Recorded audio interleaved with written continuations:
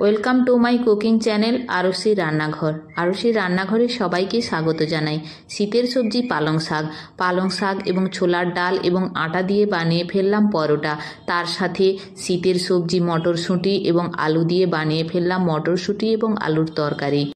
সকালবেলা ব্রেকফাস্টে, অফিসে টিফিন নিয়ে যাওয়ার জন্য, বাচ্চাদের স্কুলে টিফিন দেওয়ার জন্য কিংবা রাতে ডিনারে এই ছোলার ডাল এবং পালং শাকের পরোটা, তার সাথে মটরশুঁটি এবং আলুর তরকারি পারফেক্ট। শীত চলে গেলে বাজারে মটরশুঁটি এবং পালং শাক আসা কমে যাবে, তাই শীত চলে যাওয়ার আগে এই রেসিপি বানিয়ে ফেলুন, না হলে আফসোস করতে হবে। এই রেসিপি বানানোর জন্য প্রথমে আমি আলু ছোট এরকম ডুমো ডুমো করে কেটে নিয়েছি এবং নিয়েছি 1 বাটি মটরশুঁটি। লবণ দিয়ে একটা কড়াতে বসিয়ে দিয়েছি, গ্যাস অন করে দিয়েছি, সেদ্ধ করে নেব। একটা মিক্সিং জার নিয়েছি, তাতে দিয়ে দিচ্ছি ভিজিয়ে রাখা ছোলার ডাল। এই ছোলার ডাল ধুয়ে পরিষ্কার করে ভিজিয়ে রেখেছিলাম 4 থেকে 5 ঘন্টা। সেইগুলো একটা মিক্সিং জারে নিয়ে পেস্ট বানিয়ে নিয়ে আসবো। তাতে দিয়ে দিচ্ছি 1 কুচি আদা। তারপর 1 গোছা পালং শাক নিয়েছি, সেগুলো ছোট ছোট টুকরো করে কেটে নিচ্ছি। একটা বোলের মধ্যে রেখে দিচ্ছি এবং একটা বড় পাকা টমেটো কেটে নিচ্ছি, ছোট ছোট টুকরো করে কেটে নিচ্ছি। এখানে আপনাদের একটা টিপস দিই, কারোর যদি ইউরিক অ্যাসিডের কোনো সমস্যা থাকে সেক্ষেত্রে টমেটো থেকে বীজগুলো বের করে দিয়ে বাকি টমেটোগুলো ব্যবহার করবেন। এদিকে আলু এবং মটরশুঁটি সেদ্ধ হয়ে গেছে, সেগুলো তুলে নিয়ে রেখে দিচ্ছি। এরপর কড়া বসিয়ে দিচ্ছি গ্যাস অন করে, তাতে দিয়ে দিচ্ছি সাদা জিরা ফোড়নের জন্য। তারপর দিয়ে দিচ্ছি ওই কেটে রাখা পালং শাক। পালং শাকগুলো একটু সাঁতলে নিলাম। তারপর একটা থালাতে ওই মিক্সিং জার ডালের পেস্ট ছিল, সেই পেস্টটা রেখে দিচ্ছি।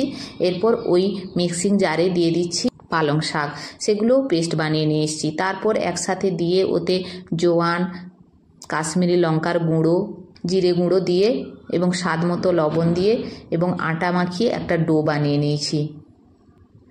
ডোর উপর একটু তেল মাখিয়ে রেস্টের জন্য রেখে দিচ্ছি আধ ঘন্টার জন্য। এদিকে একটা কড়া বসিয়ে দিয়েছি, কড়াতে তেল দিয়ে তাতে দিয়ে দিচ্ছি 1 চুটকি হিং, দেওয়ার পর দিয়ে দিচ্ছি সাদা জিরা, তারপর কাঁচা পেঁয়াজের কুচি দিয়ে ভালোভাবে নেড়ে নিয়েছি। ভাজে নেওয়ার পরে তার উপর দিয়ে দিচ্ছি ধনে গুঁড়ো এবং জিরে গুঁড়ো। তারপর দিয়ে দিচ্ছি স্বাদ মতো হলুদ দেওয়ার পর দিয়ে দিচ্ছি টমেটো দিয়ে লবণ দিয়ে দিয়েছি স্বাদ মতো, দিয়ে ভালোভাবে নাড়াচাড়া করে কষিয়ে নিয়েছি। তারপর দিয়ে দিচ্ছি 1/2 বাটি টক দইও তারপর ভালোভাবে কষিয়ে নিয়েছি। যখন মশলা থেকে সমস্ত তেল ছেড়ে বেরিয়ে আসবে, তারপর দিয়ে দেব ওর মধ্যে সেদ্ধ করা আলু এবং মটরশুঁটি এবং আলু দেওয়ার পর আবারও ভালোভাবে নাড়াচাড়া করে নিয়েছি। তারপর ওর মধ্যে দিয়ে দিচ্ছি 1 বাটি জল। যেহেতু আলু এবং মটরশুঁটি আগে লবণ দিয়ে সেদ্ধ করে নিয়েছিলাম, তাই এখানে লবণটাও সেইভাবে দেখে দিতে হবে। এই সময় তরকারির লবণ একটু চেখে নিতে হবে ঠিকঠাক হয়েছে কিনা। আমি তরকারিতে কোনো চিনি ব্যবহার করি না, আপনারা চাইলে চিনি এই সময় একটু দিয়ে দিতে পারেন। পরোটা খাওয়ার জন্য তরকারি রেডি হয়ে গেছে, একটা বোলের মধ্যে ঢেলে নিচ্ছি। পরোটা খাওয়ার জন্য পারফেক্টলি তৈরি হয়ে গেছে আলু মটরের তরকারি। এদিকে ছোলার ডাল, পালং শাক এবং আটার যে ডো বানিয়েছিলাম, সেই ডো আর একবার ভালোভাবে হাত দিয়ে ঠেসে নেব। এই ডো থেকে রুটির আকারে প্রমাণ সাইজের লেচি কেটে নেব। এই রকম ছোট ছোট রুটির আকারে লেচি কেটে নিয়েছি। আটা ছড়িয়ে লেচিগুলোকে এইভাবে বেলে নিতে হবে। কিভাবে বেলে নিতে হবে আপনাদের দেখাচ্ছি। প্রথমে গোল করে নিতে হবে, তারপর ওর উপর ছড়িয়ে দিচ্ছি কিছুটা তেল। একটা ব্রাশ দিয়ে চারিদিকে তেল ছড়িয়ে দিলাম। তারপর এইভাবে ভাঁজ করে নেব। ভাঁজ করে নেওয়ার পর আবার বেলে নেব। প্রত্যেকটা লেচি একইভাবে এইভাবে ভাঁজ করে নিয়ে বেলে নিতে হবে।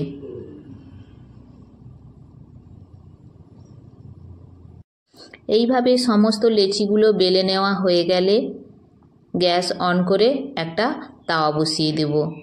তাওয়া গরম হয়ে গেলে পরপর দিয়ে দেব তেল, দিয়ে এইভাবে হাতা দিয়ে চেপে চেপে ভেজে নেব। 2 পিঠ একটু লাল লাল হয়ে যাবে এবং খুন্তি দিয়ে একটু চেপে চেপে ভেজে নেব। এই সমস্ত উপকরণ দিয়ে পরোটা বানিয়ে খেলে তার পুষ্টিগুণ বজায় থাকে, শরীরের পুষ্টির ঘাটতিও পূরণ হয়। শীত চলে যাওয়ার আগে এইভাবে বানিয়ে ফেলুন পরোটা। সমস্ত পরোটাগুলো এইভাবে ভেজে তুলে নেব। দেখে নিশ্চয়ই বুঝতে পারছেন পরোটা কতটা নরম হয়েছে, এবং এইভাবে বানালে পরোটা নরম হয়। আপনারা একবার বানিয়ে খান, তাহলেই বুঝতে পারবেন।